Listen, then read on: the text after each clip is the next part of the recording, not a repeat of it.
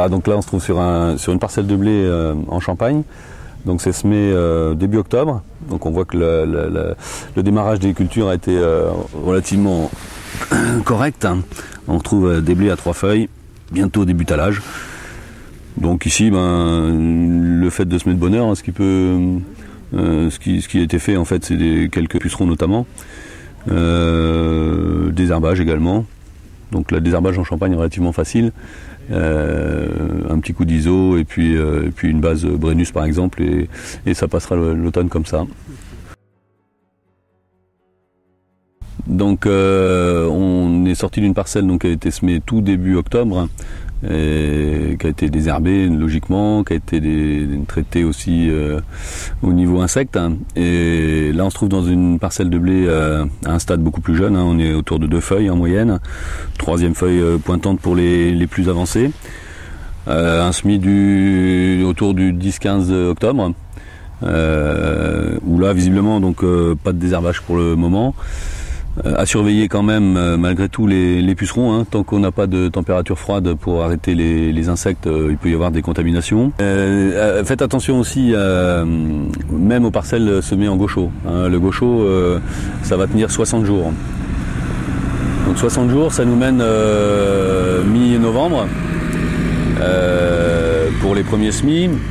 Et début décembre, alors si on a un hiver comme l'an passé sans froid du tout, ou sans froid précoce en tout cas, on peut avoir des dégâts de pucerons et de jaunisse donc dans les céréales, même sur des semences traitées gaucho. Donc il faut être vigilant le temps qu'il n'y a pas eu de gel sur quelques jours.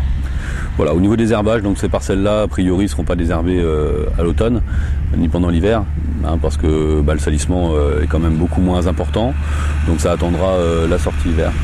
Donc une chose à laquelle il faut faire très attention malgré la saison qui s'avance et le calendrier qui tourne, c'est les infestations de pucerons et la jaunisse. Donc en général sur des semis un peu plus tardifs comme ça, on n'est pas forcément en protection gaucho. Et tant qu'on a des températures douces et sans gel de toute façon, les pucerons peuvent arriver et faire des dégâts. Même s'ils sont peu nombreux, le fait qu'ils restent longtemps dans une parcelle, ça peut faire des gros dégâts. Donc voilà, il faut être vigilant là-dessus. Et puis à préciser aussi que même avec des semences traitées gaucho, la rémanence du produit c'est environ 60 jours et qu'au-delà de 60 jours on peut aussi avoir des dégâts de jaunisse même sur les semences gaucho.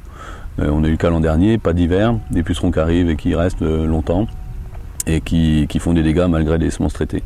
Donc il n'y a rien de garanti au-delà des 2 mois après le semis. Voilà, donc là une parcelle de colza semée fin août ou tout début septembre.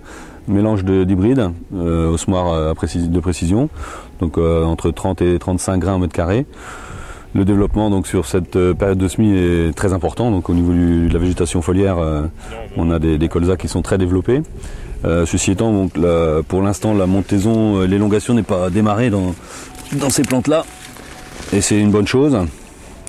Donc grosso modo, ici les pivots sont bien développés, la structure est correcte.